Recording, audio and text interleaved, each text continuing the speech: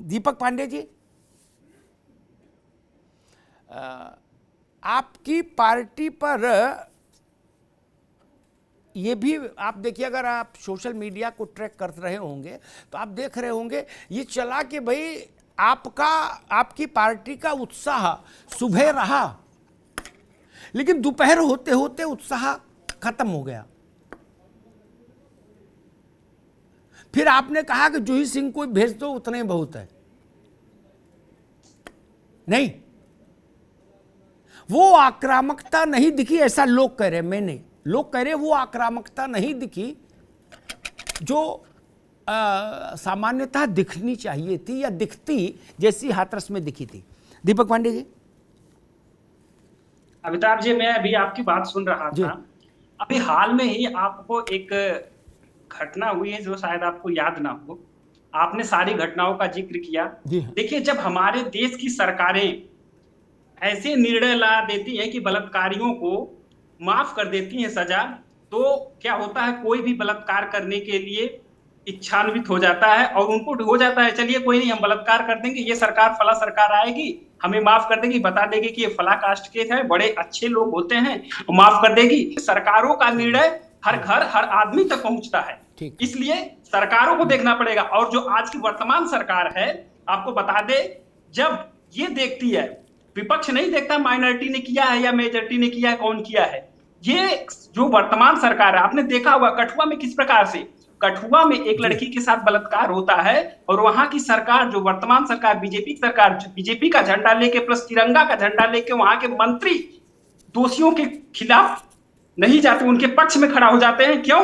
क्योंकि वहां एक माइनॉरिटी बेटी का हुआ था। आपने देखा होगा कि किस तरह से एक अपने विधायक को बचाने के लिए उन्नाव में पूरी की पूरी बीजेपी की फौज, पूरी सरकार खड़ी हो गई थी। यहाँ पे है कि जो आपको बात करनी थी उस पे कोई बात नहीं कर रहा है कि हम संदेश क्या देना चाहते हैं। यहाँ पे धर्म को लाना है, सबको, दलित को लाना है, स्त्री थी, लड़की थी, छोटी बच्ची थी, नाबालिग थी, जिसके साथ ये नृशंस घटना हुई है। और उदाहरण ने क्या दिया था, आपने कहा कि कठोर से कठोर सजा होनी चाहिए, लेकिन वही कठोर से कठोर सजा आप देखते हैं कि पूजा पाठ हो रहा है, लोगों को तिलक लगाया जा रहा है। 15 अगस्त को प्रधानमंत्री कहते हैं कि हम नारियों के सम्मान में ये कर देंगे, गला भराता है, लेकिन शाम होते होते राज्य सरकार उन अपराधियों को छोड़ देती है और वो छूटे हुए अपराधी बीएचपी उनको बकायदा उनका चंदन मंदन टीका पूजा हो रहा है। तो आप संदेश क्या दे रहे हैं समाज में? उसके बाद से होने वाली घटनाओं में अगर उफान आप देखेंगे, वो जो बच्चे, जिन लोगों ने, जो अपराधियों ने नृशंस घटना की है, आप सोचिए, उनको पता है कि हम कुछ भी करेंगे होगा क्या, जेल में जाएंगे, काम चलेगा, मुकदमा, हम छूट जाएंगे, क्योंकि छूट के लोग आ चुके हैं। तो स्त्रियों के प्रति होने वाले, माँ कह रही है कि मेरी बेटियों को घसीट के ले गए, लेकिन एक प्लॉटिंग तैयार है, एक कहानी तैयार है, कहा जा रहा है कि नहीं नहीं, लड़की के अफेयर थे, लड़की का अफेयर था, माना, लड़की साथ में गई, माना, तो क्या हत्या होने के लिए गई थी? क्या वो मरने के लिए गई थी? क्या वो पेड़ पर लटकने के लिए गई थी? इस सवाल को सरकार से पूछना है कि इतनी बड़ी बड़ी बातों, वादों और दमखम के आधार पे आप सरकार बनाते हो, आप कहते हो महिलाएं सुरक्षित है, और रोज घटनाएं, हाथरस में आप रात में लड़की को जला देते हो, गुड़िया को इंसाफ नहीं मिलता है, कोई बात नहीं उस पे। वही लखीमपुर, फिर जहां पे एक केंद्रीय मंत्री आज भी बैठे हुए हैं, कोई उन पे कार्य नहीं होती है, कोई कार्रवाई नहीं होती, सुप्रीम कोर्ट तक बोल देता है कि ऐसा क्यों है। आनंद दुबे जी, मेरा मूल मसला ये कि 25 करोड़ की आबादी वहां और 135 करोड़ 40 करोड़ देश में, अपराध होने के बाद सामान्य है, पुलिस जाएगी, कुछ ना कुछ पकड़ा धकड़ी होगी, मुकदमा चलेगा। देश में मैं आंकड़ा देख रहा था, स्त्री के खिलाफ अपराध के मामलों में 74% केसेस में, 74% केसेस में, जैन साहब, रिजल्ट एक्विटल में आता है। यह है भारत भर का 75 साल की प्रगति का लेखा जोखा कि इतने अच्छे से मुकदमा लड़ा जाता है, उसका इन्वेस्टिगेशन इतना अच्छा होता है कि 74% में लोग छूट जाते हैं। और डाउरी के केस में 80% एक्विटल है। स्त्री से जुड़े दो बड़े मसले हैं, ठीक? तो अपराध करने वाले का मन तो यहीं से बढ़ जाएगा कि 100 में 74 तो छूट ही रहे हैं। और एक जो बिल्किस बानो के मामले में जो गुजरात से उदाहरण सेट होता है, कि जिनको सजा दी हुई, जो पकड़े गए, जिनको अदालत ने माना कि यही अभियुक्त थे, यही आरोपी अपराधी थे, उनको छोड़ देंगे? और छोड़ ही नहीं देंगे, उनको लड्डू भी खिलाएंगे माला फूल पहना के। वो किसी पीठ के शंकराचार्य तो थे नहीं, ना किसी मठ के मठाधीश थे, ना कोई ऐसी अनिवार्यता थी कि उनका सम्मान नहीं होगा तो पृथ्वी नहीं चलेगी। मसला ये नहीं, मैं राजनीतिक दलों की झांझाव में नहीं पड़ता, ना उससे प्रभावित होता हूं। क्या? क्योंकि सबने वो ऐसे ऐसे कर्म करके रखे हैं क्या कि जिसको गिनाने लगेंगे तो बहुत विचित्रता पैदा हो जाएगी। लेकिन ये सवाल आपसे तो पूछा जाएगा, अभी आप सत्ता में हैं। आनंद दुबे जी, अमिताभ जी, सबसे पहले तो ये जो घटना है यह दुर्भाग्यपूर्ण है, दुखद है और आत्मा को झकझोर देने वाली। सरकार पूरी संवेदना के साथ, पूरी पारदर्शिता के साथ और पूरी स्पष्टता के साथ इसमें कार्रवाई कर रही है, पीड़ित परिवार के साथ खड़ी है। 24 घंटे से भी कम समय में सभी आरोपियों को पकड़ लिया गया।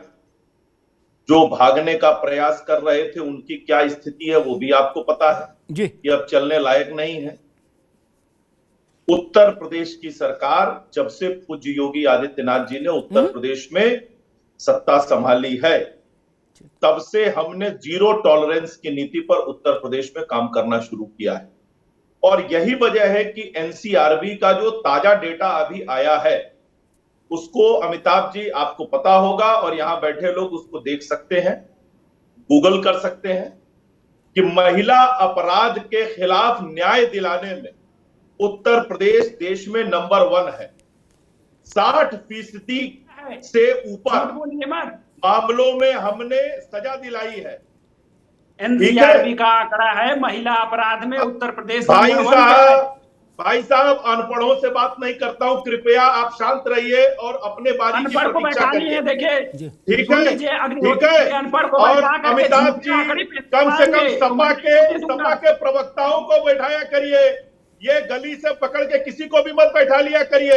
राजस्थान नंबर 1 है, आपको पता है। आप यहाँ बैठ के ध्यान दे रहे हैं, कभी एंकर पे सवाल उठा ले, कभी किसी पे। बलात्कारी पार्टी के नुमाइंदे आपकी पार्टी के लोग मंच में खड़े होकर कहते हैं कि बच्चे उनसे गलती हो जाती है। रेप के आरोपियों को, दंगे के आरोपियों को हेलीकॉप्टर से बैठा कर मुख्यमंत्री कार्यालय में आकर माला पहना कर स्वागत करते हो, आतंकवादियों के मुकदमे वापस लेते हो। तुम्हारे विधायक जो है वो कुलदीप सिंह सेंगर हमारा ही विधायक है ना, जिसको लेकर पार्टी बैठी थी और हमारी ही सरकार गुजरात में बैठी थी ना। कुलदीप सेंगर की पार्टी में अपराधियों को छोड़ दिया। बलात्कार तब आपकी पार्टी में थे। अरे गुजरात में किसकी पार्टी ने छोड़ा है? बलात्कारियों को गुजरात में किसकी पार्टी ने छोड़ा था? जम्मू कश्मीर में कठुआ के अपराधियों के खिलाफ किसने निकाला था? हमारी पार्टी ने निकाला था। गुंडे को, माफियों को, बलात्कारियों को, दंगाइयों को टिकट देना, उनको मंत्री बनाना, उनको नेता बनाना, यह समाजवादी पार्टी का काम है। क्योंकि आपकी पूरी की पूरी पार्टी गुंडों और मवालियों के भरोसे चलती है। और आप शांत रहिए, पूरी बात सुनिए। बलात्कार में झोंकती हो, आज आकर के यहाँ पे सफाई दे रहे हो। हिम्मत हो तो जवाब दीजिए, हिम्मत हो तो जवाब दीजिए। सवाल पूछता हूँ, हिम्मत हो तो जवाब दो ना। गुजरात में अरे हिम्मत आपके अंदर का है? आपके नेता घर से बाहर नहीं निकलते हैं। 2014 से आप चुनाव हार रहे हो। मुझे बताइए, कुलदीप सेंगर समाजवादी पार्टी में नहीं रहा क्या? बढ़ाने से नहीं होगा। एक ऐसा बताइए, धनंजय सिंह को आपने टिकट नहीं दिया क्या?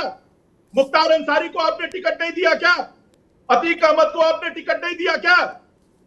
बताइए, उत्तर प्रदेश में कौन सा गुंडा माफिया है जो समाजवादी पार्टी से टिकट लेकर चुनाव में लड़ा हो? मुझे बताइए।